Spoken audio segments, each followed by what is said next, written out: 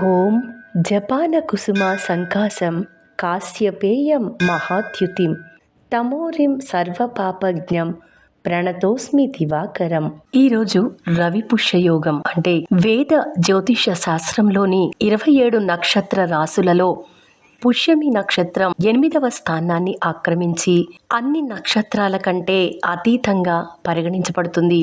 పుష్య నక్షత్రం ఆదివారంతో సమానమైనప్పుడు అంటే సూర్య భగవానునితో సమానమైనప్పుడు దీనిని రవి పుష్య యోగం అని పిలుస్తారు.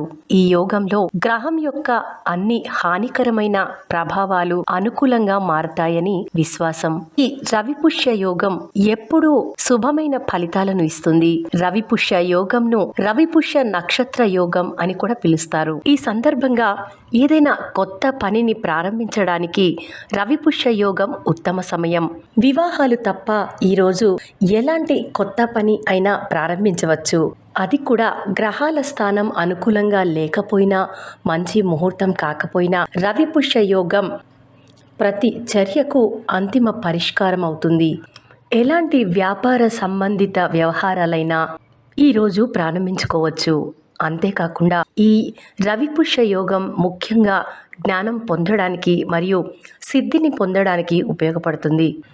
అసలు రవి పుష్య యోగం అంటే ఏంటో ఇప్పుడు చూద్దాం.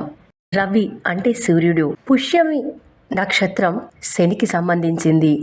శని సూర్యుడి కుమారుడు. అయితే ఇద్దరు బద్ధశత్రువులు. సూర్యుడి కొడుకైన శని భగవానుడు ఎప్పుడూ 3 నక్షత్రాలలో ఉంటాడు. పుష్యమి, అనురాధ, ఉత్తర భాద్రపద. రాసులు మకరం, కుంభం.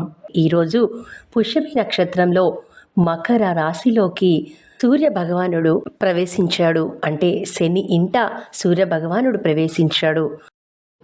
అది కూడా మాఘమాసం పౌర్ణమి రోజున ఆదివారం రావటం ఎంతో ప్రత్యేకం. ఈ సందర్భంగా చేయాల్సిన పరిహారాలు: ఈరోజు ఆవుకి బెల్లం తినిపించడం వల్ల ఆర్థిక లావాదేవీలకు, ఆర్థిక లాభాలకు పరిష్కారంగా సూచిస్తుంది. దేవాలయంలో దీపం వెలిగించడం ద్వారా పని సంబంధిత సమస్యలను ఎదుర్కోవడానికి సహాయపడుతుంది. అంతేకాకుండా ఒక రాగి పాత్రలో పాలు, ఎర్రటి పుష్పాలు సూర్యునికి ఆజ్యం వదలడం వల్ల శత్రుదోష నివారణ కలుగుతుంది. ఓం సూర్యాయ నమః.